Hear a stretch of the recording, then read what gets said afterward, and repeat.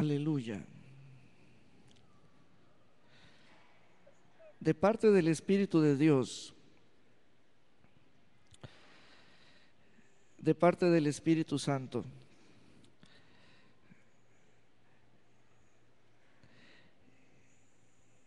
te dice este mensaje. La palabra de Dios, y quiero que veas la escritura, la Sagrada Escritura. Es necesario venir a este caso.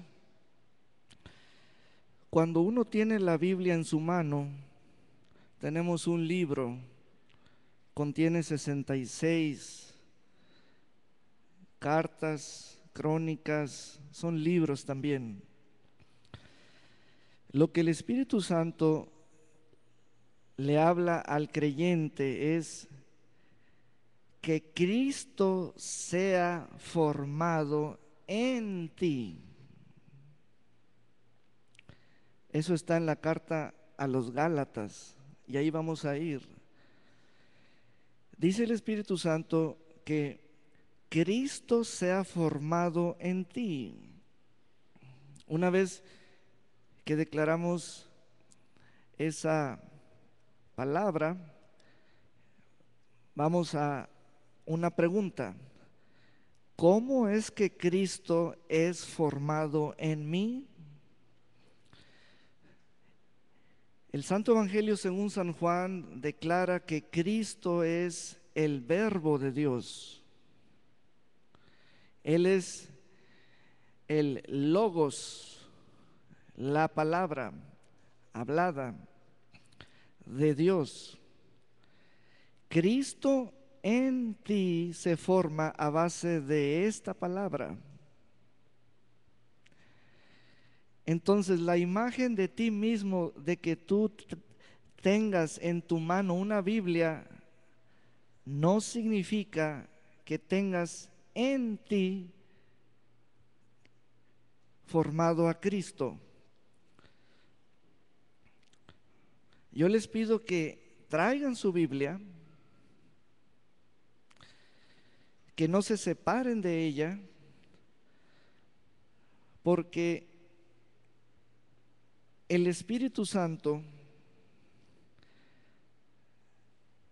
debe reunirse con la palabra de Dios, y el Espíritu y la palabra deben reunirse conmigo.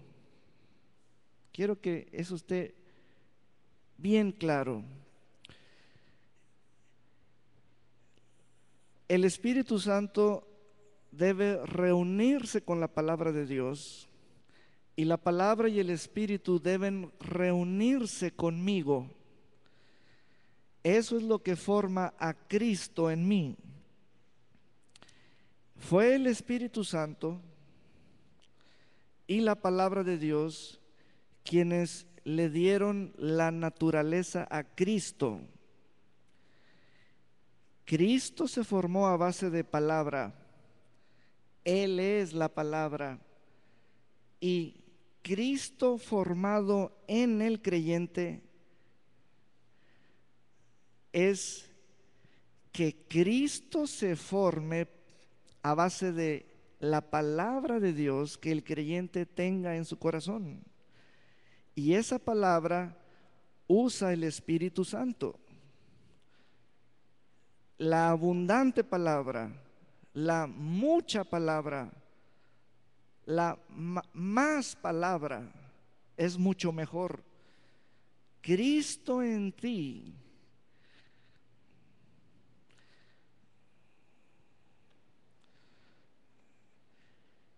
Gálatas. Gálatas está dividido en 6 capítulos. Capítulo 1. Pablo, apóstol no de hombres ni por hombre, sino por Jesucristo y por Dios el Padre que lo resucitó de los muertos, y todos los hermanos que están conmigo a las iglesias de Galacia. Galacia era la región, iglesias, las congregaciones. Ya eran llamados hermanos, creyentes. Y viene el saludo típico de Pablo: gracia y paz. Gracia de Dios Padre y paz del Señor Jesucristo. Sean a vosotros de Dios la gracia y la paz del Señor Jesucristo. Estamos bajo la gracia de Dios y bajo la paz del Señor Jesucristo. A falta de Dios no hay gracia, a falta de Jesús no hay paz. Compruébate, a ver, a falta de Padre Dios, no estás bajo la gracia, y a falta de Jesús no estás en paz con Dios. Chécate cómo andas. Gracia y paz sean a vosotros de Dios. Yo no le mando a Él de mí, sino Él de suyo a mí, el cual se dio a sí mismo por voluntad propia. Fue un trabajo de su amor por nuestros pecados, para librarnos, una salvación tan grande, del presente siglo malo. Este siglo es malo. Siglo, esa palabra no solo indica como la vida bajo el cielo, sino indica que hay un estado de desorden, caos, un caos, maldad. Él hizo una obra de su propia voluntad, de sí mismo, para librarnos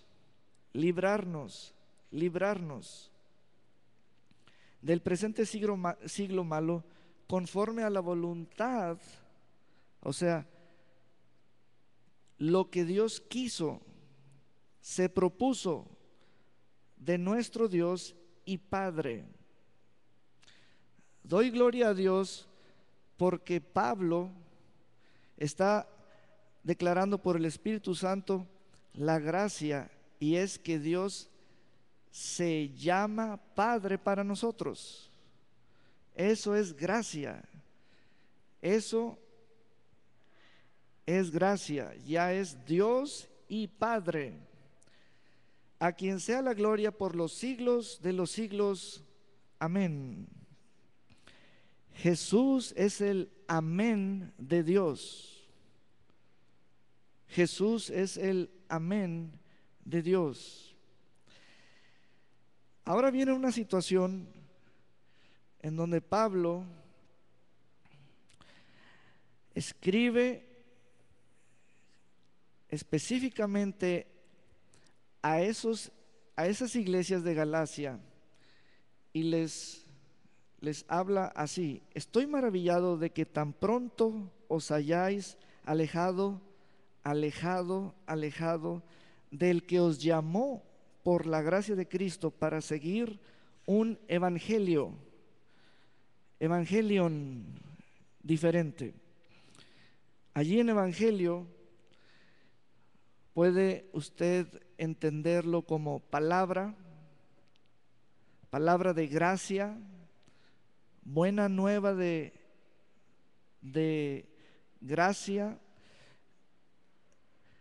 Entonces, esto es para ampliar el entendimiento, para seguir un evangelio diferente.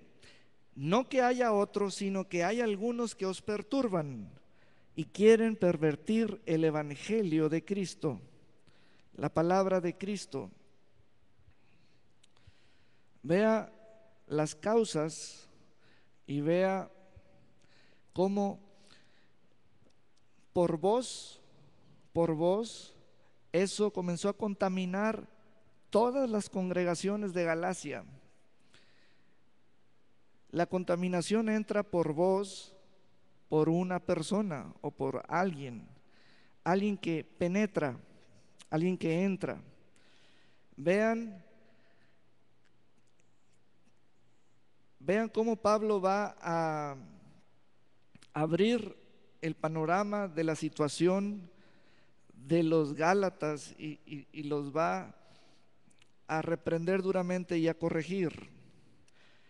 8. Mas si aún nosotros o un ángel del cielo os anunciare otro evangelio diferente del que os hemos anunciado, sea maldito o anatema. Como antes hemos dicho, también ahora lo repito, si alguno os predica diferente evangelio del que habéis recibido, sea maldito. La maldición te sobreviene, te alcanza, y como lo declara la sabiduría de Dios en los proverbios, la maldición no viene sin causa. La maldición está penetrando en las regiones a través de seguir otro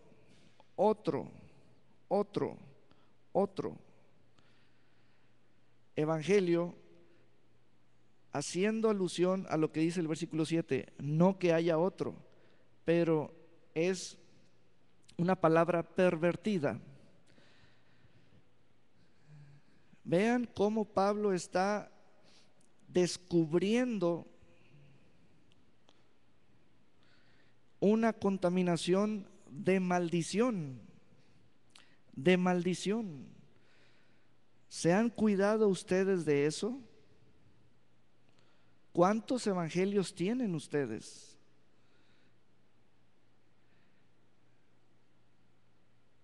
¿Se han cuidado sus oídos de eso? La maldición te llega a tus oídos por alguien que te pervierte. Quieren pervertir el evangelio de Cristo.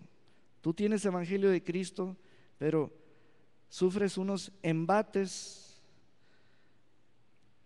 Consiguen, como dice Pablo en el versículo 7, hay algunos que consiguen una relación con las personas.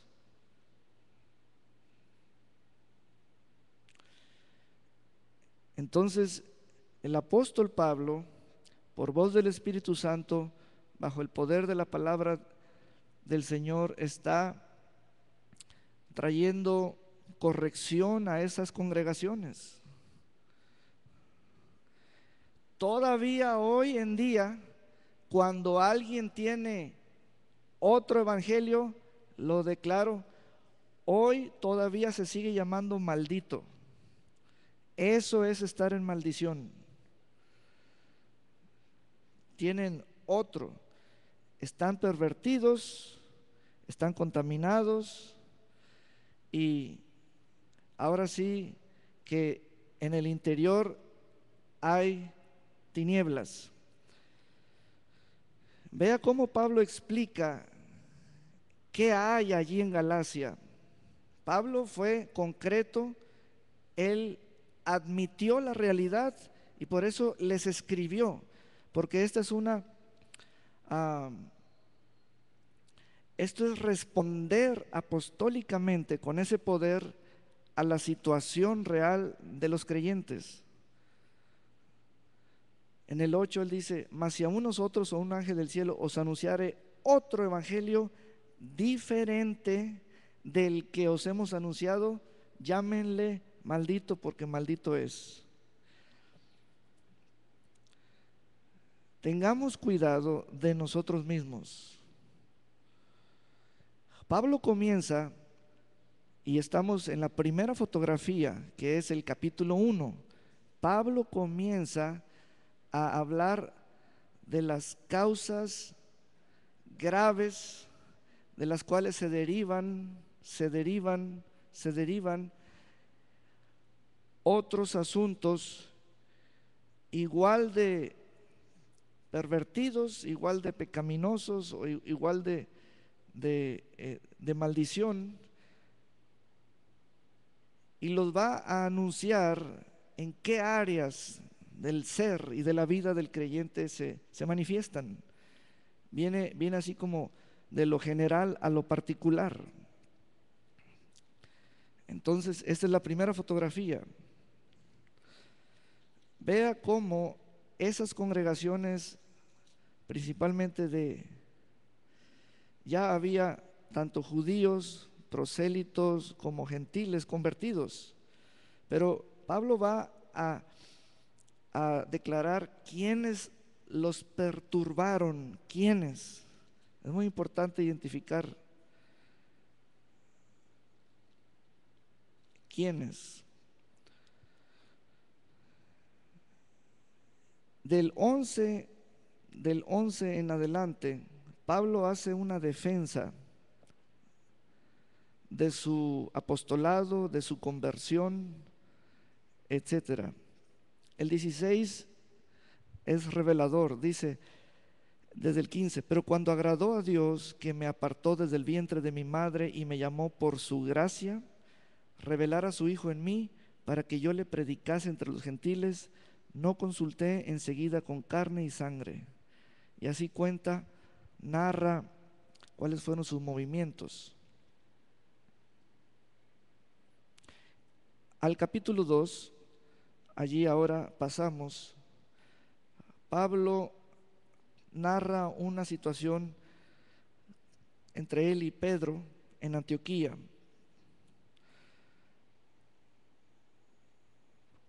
Comienza a hablar Pablo acerca de la justificación, la ley, los judíos, los gentiles, etcétera, etcétera. Capítulo 3. Capítulo 3, Pablo está en el mismo tono del capítulo 1 en cuanto a reprender a los gálatas. 1. Oh gálatas insensatos. Pero esa palabra insensato es muy fuerte, o sea, tiene mucha intención de llamarlos de lo peor, así claramente. ¿Quién os fascinó? Esa es una palabra muy pobre en cuanto a la intención del autor en llamarlos así fuertemente. ¿Quién os hechizó? Esa es la palabra que es más potente que esa, que fascinación, no. Eso es, ¿quién os hechizó para no obedecer a la verdad? Esa frase, obedecer a la verdad, es una frase medular. Son frases que hay que hallarlas. Si el capítulo 2 tiene narrativa, si el capítulo 1 en la parte final tiene narrativa, hice esto, subí, bajé, me encontré con fulano, le dije esto, el capítulo 3 ya es otro tipo de literatura y está hablando ya no en narrativa. Oh Gálatas insensatos, ¿quién os hechizó para no obedecer a la verdad? Entonces, aquí encontramos quién los embrujó. Ahí está. ¿Quién los embrujó? Ahora, vamos a tomar esa frase, obedecer a la verdad respecto a nosotros los creyentes. ¿Sabían ustedes que la palabra del Evangelio de Dios nos conmina a obedecer a la verdad, que es el mismo Evangelio, es la misma palabra? Esa palabra obedecer es vasta, es una palabra fuerte. Hay creyentes que por la pobreza de palabra, por no comer bien y por no pasar del alimento de leche a lo sólido, se quedan en un modo siguiente. Ellos dicen que creen, pero para ellos creer no es obedecer.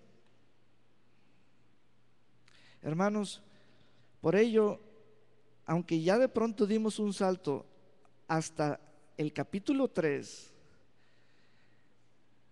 Pablo ya usó esa frase obedecer a la verdad, porque eso es creer, obedecer a la verdad. Creer no es en un sentido pasivo tener la etiqueta de cristiano. Ya soy, ya estoy. Es como si dijéramos, hay un parto natural. ¿Qué nació? Pues véanle, hombre. Ok, nació hombre. Por la vista, por lo que uno ve, nació hombre. Sí, pero ya que crezca,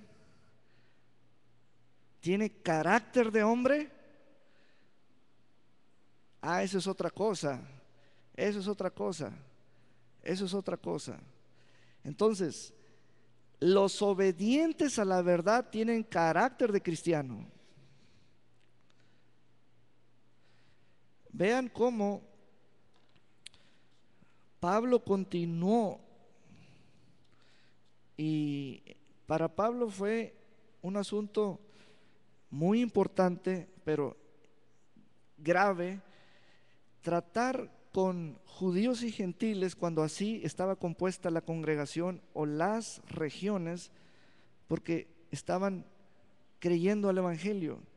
Pero los judaizantes estaban arremetiendo y queriendo regresar a los judíos otra vez a la ley.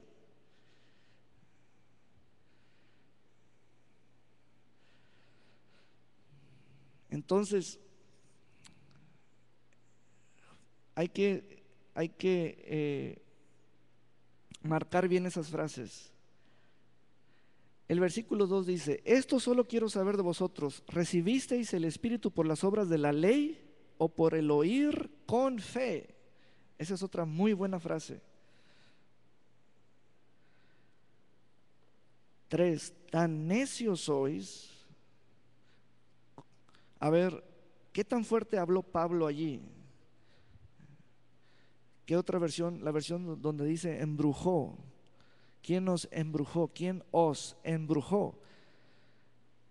Comenzaron su nueva vida con el Espíritu y ahora intentan perfeccionarla por sus medios propios. Hermanos, todo aquel que se parece a los Gálatas, haz de cuenta que está leyendo su realidad. Tan necios sois. A ver, más abajo dice que, qué tontería.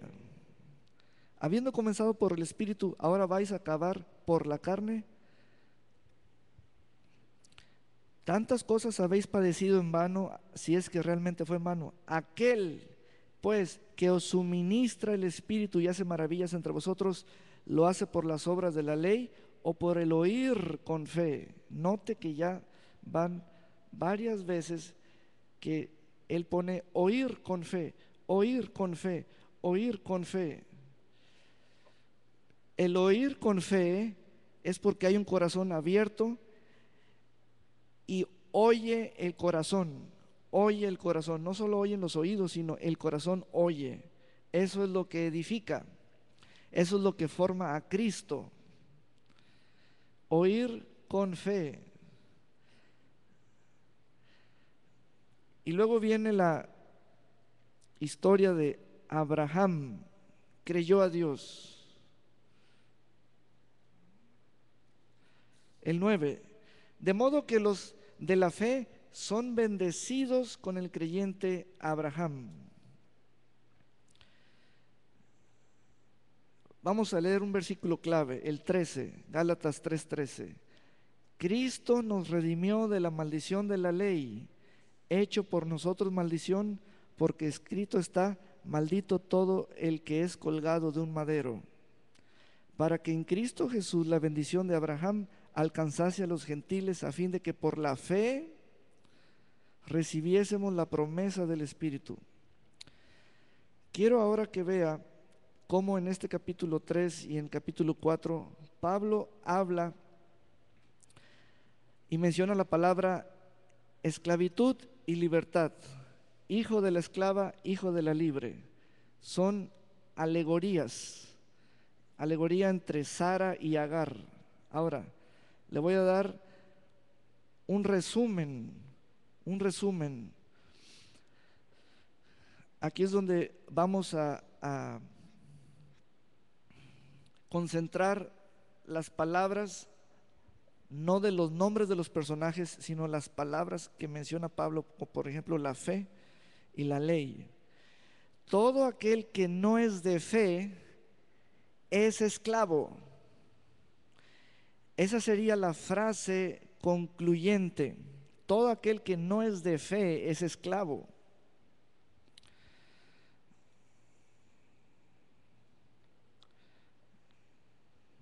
El versículo 12 del capítulo 3 dice: y la ley no es de fe.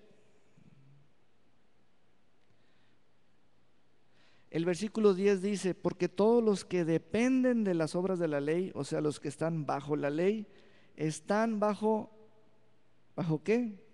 Maldición. Entonces, si corremos la palabra maldición contextualmente, o sea, hacia el comienzo de la carta, hermanos, una de las causas, como lo mencioné al principio, de estar bajo maldición es estar bajo la ley. Es estar bajo la ley. Todos los que dependen de las obras de la ley están bajo maldición. La ley no es de fe. Ahora introduzco lo que hay en el capítulo 4, eso de esclavo, libre. Bueno, el esclavo o el que es esclavo es porque no es de fe. Muy bien. Vamos a ver ahora el capítulo 4. Capítulo 4.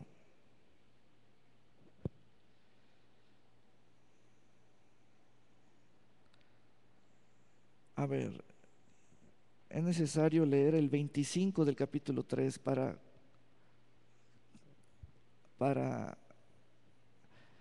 tener una mayor comprensión. Vamos a ir a un compare en el 25, un compare en el 25.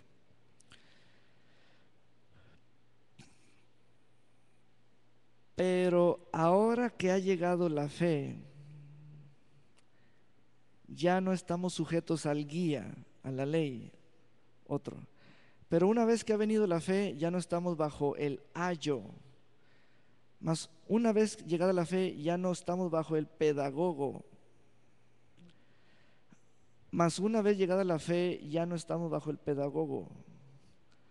la pedagogía de la ley. Haz esto, haz esto, haz esto, haz esto, haz esto, haz esto. Una vez llegada la fe es una fuerza espiritual. Una vez llegada la fe, adiós maldición. Porque Cristo, Él es la palabra. Pablo mencionó 2 o más veces oír con fe, oír de fe. Pero ahora que ha llegado la fe, ya no estamos a cargo de aquel esclavo que era de la ley. La ley y sus esclavos.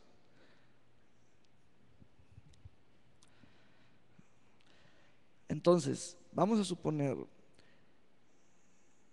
ayúdame hermano Jair, aquí ponte frente a la congregación. Vamos a suponer, Jair está bajo mi mano, yo bajo la ley, yo procedo de la ley, yo soy un esclavo y estoy con una mano sobre Jair, una mano encima, lo estoy tutoreando, soy el pedagogo para Jair. Vea cómo realmente lo que está transmitiéndosele de parte de mía es mi mentalidad, mi manera de pensar. Esa forma está maldita, crea esclavitud. Entonces, llega Cristo y liberta a Jair, lo saca de mi esclavitud. Siéntate, gracias. Pero Jair ahora se le llama de fe, porque venida la fe, venida la fe, venida la fe, venida la fe, venida la fe, ya no están bajo maldición. Ahora, hay una situación, bueno, estamos aquí leyendo para otra versión, pero ahora que ha llegado la fe, ya no estamos a cargo de aquel esclavo que era la ley. Pero ahora que ha llegado el tiempo en que podemos confiar, ahora sí es en alguien. Antes era en nuestras obras, ahora es en alguien. Pero es por fe, porque va a ser por su palabra, es por gracia, ya no es por méritos. Nos hace falta que la ley no hace falta que la ley nos guíe y nos enseñe. Ahora sí, entramos al capítulo 4, versículo 1.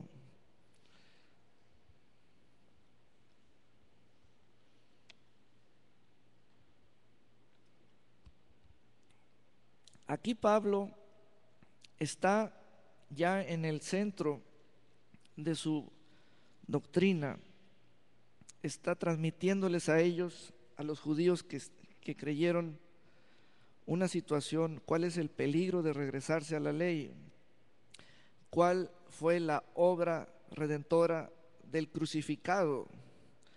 Él los libertó de la maldición de la ley. Pero aquí en el capítulo 4 hay un punto muy importante. Cuando ese sujeto de fe, o sea, Jair dice, pero también digo, o sea, ya es una situación correspondiente al que es de fe, pero también digo, entre tanto que el heredero es niño. Ahora vamos a analizar por qué el uso de la palabra heredero y por qué el uso de la palabra niño. Vamos a darle significado y relación. Se usó heredero porque se declara que nació y se declara que tiene padre. Por eso se puede declarar heredero. Heredero es por nacimiento y por paternidad. Amén. Muy bien. Ahora sí ya le dimos contexto. Ahora, la otra palabra, niño, esa es la parte tremenda. Allí pónganle menor de edad. Ahora sí viene un significado brillante. Menor de edad, ahora sí lo entendemos muy claramente. Donde dice niño, póngale menor de edad.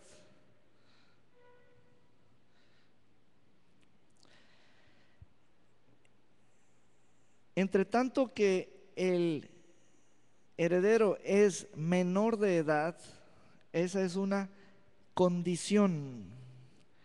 En nada difiere del esclavo.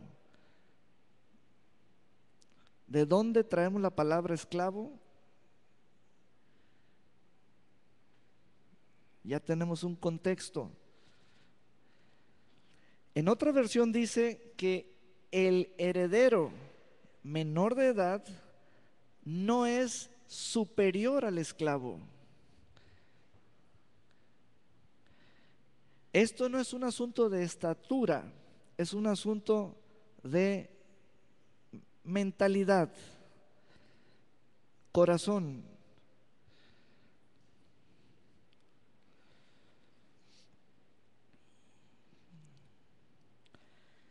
Precisamente por ser menor de edad, se le pone bajo tutores y curadores hasta el tiempo señalado por el Padre.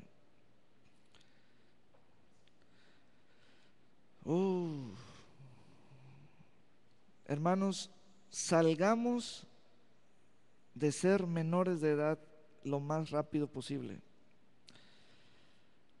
porque la mentalidad de un menor de edad no es mayor que la mentalidad o superior que la mentalidad de un esclavo. Haz de cuenta que piensan igualito. Esa es la comparación que Pablo hace.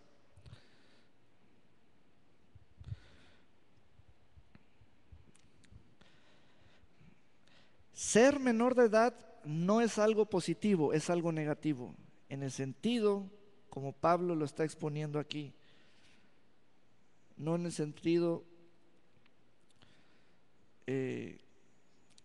fuera de este escrito de los Gálatas. Se te compara con un esclavo.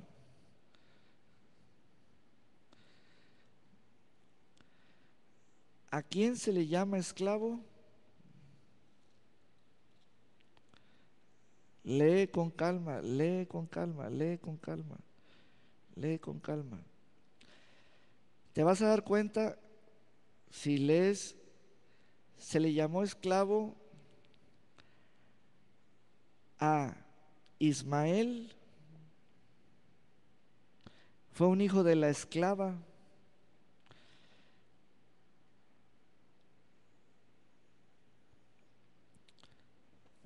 Y a Agar, la mamá, y a Ismael, el hijo, se les dio la orden de que fueran echados de la casa los esclavos.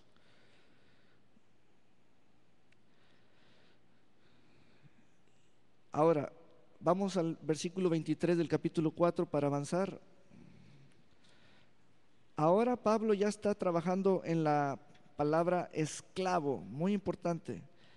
Pero el de la esclava nació según la carne. Esa palabra hay que monitorearla. Subráyenla, según la carne. ¿Qué es eso? Más el de la libre según la promesa. Muy bien, rápido vamos a dar el salto hasta el capítulo 5 para monitorear la palabra carne. ¿Saben? Vamos a ir a la situación de la comunicación en uso de la palabra carne. Capítulo 5, versículo 16. Digo pues, andad en el Espíritu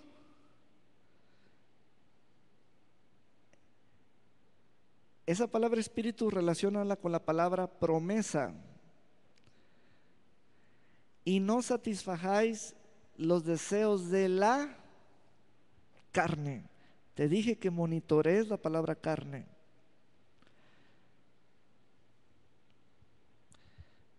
Listos. Ahora sí, no se tapen los oídos.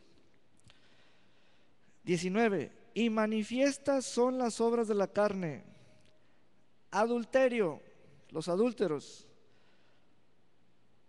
porneía, pornógrafos; promiscuidad y fornicarios; inmundicia, lascivia, idolatría, hechicería, enemistades, pleitos, celos, iras, contiendas, disensiones, herejías, envidias, homicidios, borracheras,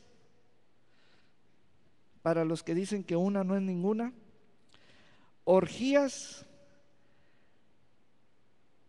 y cosas semejantes a estas, acerca de las cuales os amonesto, como ya os lo he dicho antes, que los que practican, esa es una muy buena palabra,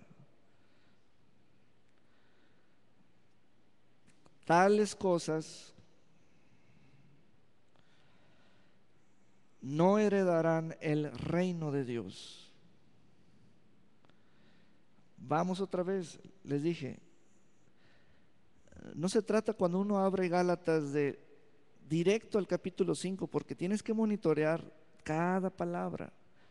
¿Dónde aparece la palabra carne? En el 4 está alegoría de Sara y Agar. En el 4:21 dice: decidme, los que queréis estar bajo la ley, ¿no habéis oído la ley? Porque está escrito que Abraham tuvo dos hijos, uno de la esclava y otro de la libre. Pero el de la esclava nació según la carne, mas el de la libre por la promesa, por el Espíritu.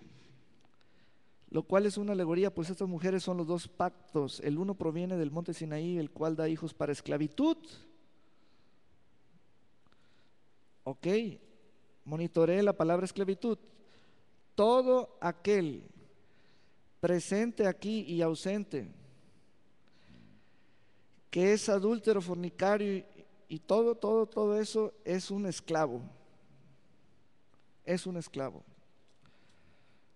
Y va derechito al infierno.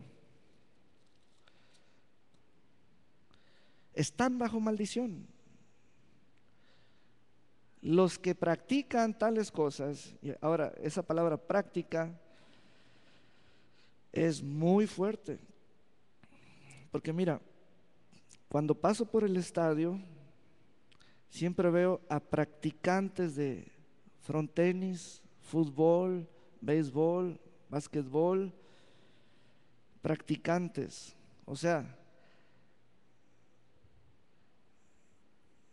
son asiduos, reincidentes, pero ¿nacieron para eso? No. Pero fíjate, el 5:18 dice: pero si sois guiados por el Espíritu, no estáis bajo la ley. 22, mas el fruto del Espíritu es amor, gozo, paz, paciencia, benignidad, bondad, fe, mansedumbre, templanza. Contra tales cosas no hay ley. Es muy interesante el fruto del Espíritu. Cuando veo a una persona, se detecta inmediatamente: tu cara no trae gozo, andas en la carne. Pues claro, definitivamente no traes gozo, andas en la carne. El 16 dice: andad en el Espíritu y no satisfagáis los deseos de la carne.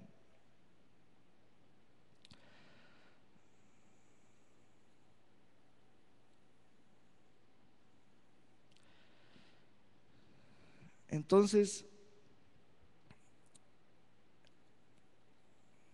Pablo está corrigiendo duramente a los Gálatas, duramente.